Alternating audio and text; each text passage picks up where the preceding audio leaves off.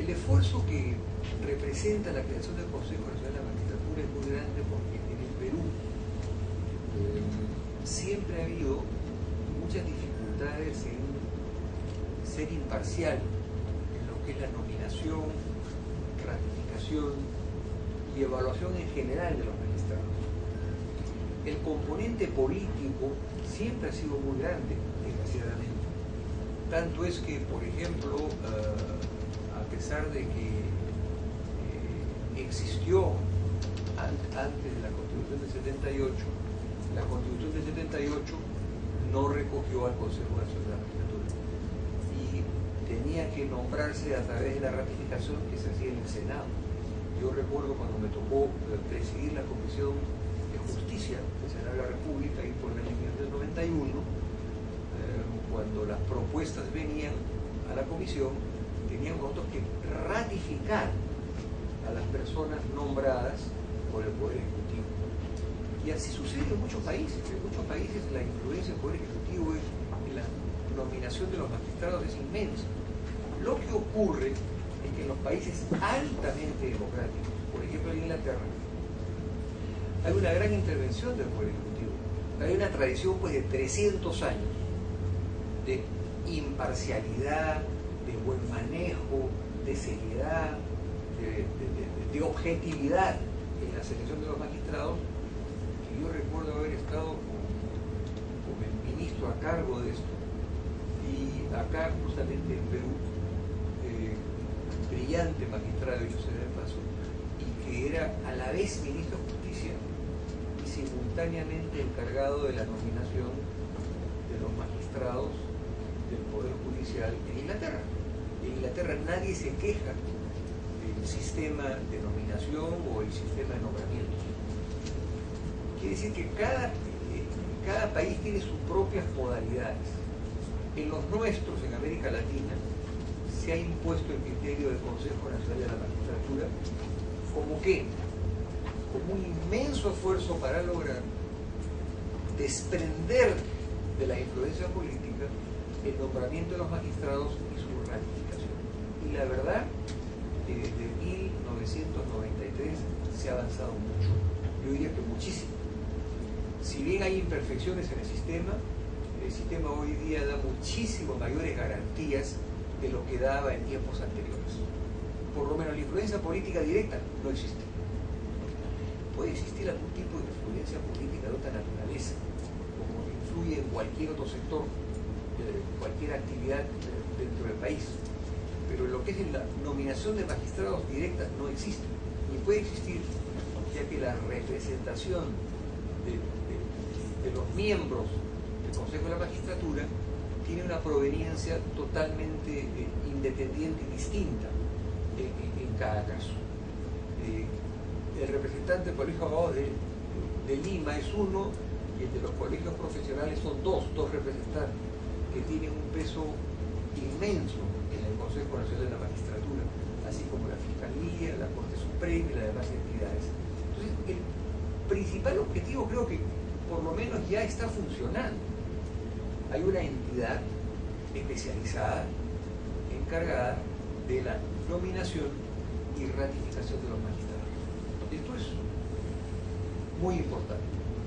La misma Constitución, cuando establece quienes deben integrar este Consejo Nacional de la Magistratura, abre una puerta que hasta ese momento no se sospechaba como una puerta interesante de participación, y es cuando se permite que se pueda ampliar el número de 7 miembros, que es el número actual de miembros del Consejo de la Magistratura, a 9, con un representante de los trabajadores y otro de los empresarios o empleadores.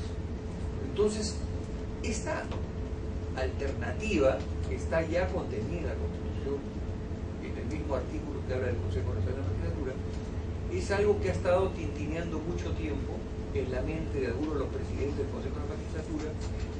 Alguna vez se me consultó hace unos años cuando se hizo un primer intento que no funcionó, pero parece que esta vez hay una voluntad más manifiesta de parte de la Presidencia y del Consejo actual de la Magistratura, y sobre todo de dos entidades gremiales de gran peso, que la CONFIEP y la CGTP de hacer un esfuerzo para lograr que estén representadas no solamente las entidades que ya lo están, Poder Judicial, Ministerio Público, colegios profesionales y demás, sino también los trabajadores de un lado y los empresarios de otro lado. No es necesariamente que cada una de estas entidades, una vez que se hayan puesto de acuerdo en algún reglamento que establezca cómo es que van a hacer ellos las propuestas al Consejo de la Magistratura, lo puedan hacer.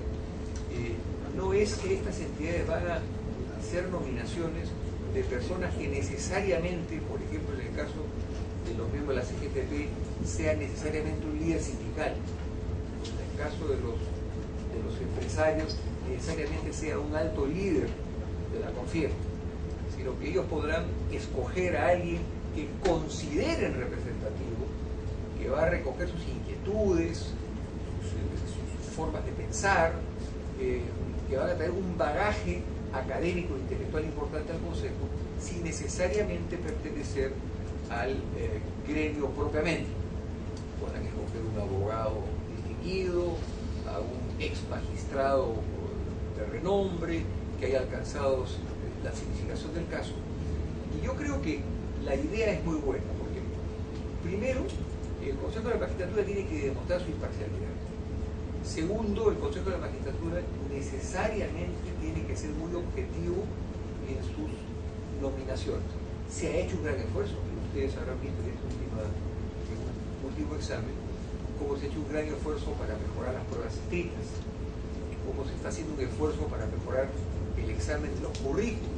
O sea, realmente hay un esfuerzo serio del Consejo de la Magistratura. Estamos lejos de tener el Consejo de la Magistratura perfecto que todos quisiéramos, pero hay una aproximación muy grande hacia lo que se pretende, hacia lo que se quiere, porque finalmente quienes nombran a los miembros del Poder Judicial, magistrados de todos los niveles, son los miembros del Consejo Nacional de la Magistratura.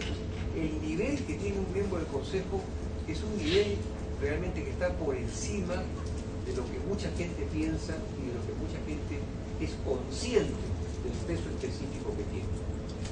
Pensamos nosotros que la idea de integrar el Consejo con representantes de los trabajadores y los empleadores es una excelente idea. Además, ni siquiera requiere una reforma constitucional, ya está previsto en la Constitución. La Constitución ya lo ha establecido. Ahora, estos sectores no es que puedan nominar a alguien, no es como cuando vamos al colegio de abogados a una elección, se elige a un representante. Y ese representante lo elegimos entre todos los abogados que vamos a votar.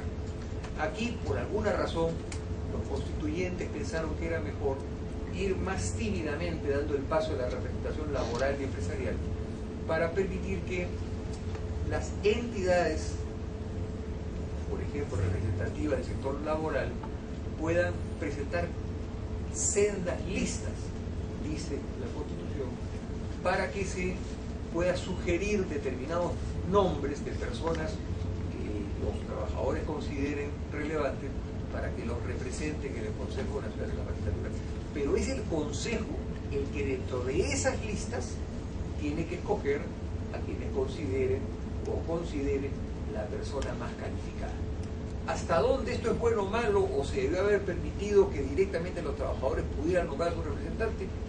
Es un análisis que no vale la pena ni hacerlo, porque la Constitución no lo ha establecido así. Quienes hemos estado detrás de las reformas constitucionales, por en mi caso personal, hemos visto que prácticamente la Constitución del 93 no ha sufrido reformas sino muy pequeñas. Capítulo de descentralización, quitar la firma al presidente Fujimori y ahora permitir el crecimiento del número de representantes 120 a 130 y el voto de las personas vinculadas a las Fuerzas Armadas. Es decir, minúsculo. No se ha podido ir a una reforma más grande a pesar de los intentos que se hizo en el gobierno del presidente Toledo y el esfuerzo que se ha hecho bajo el presidente actual, Alan García. Entonces, la pregunta que uno se puede formular en todo caso es la siguiente: ¿cómo podrían los trabajadores que tienen más de una central representativa, a pesar de que la CGTP es de largo la más importante, ¿cómo pueden hacer para poder confeccionar sus listas?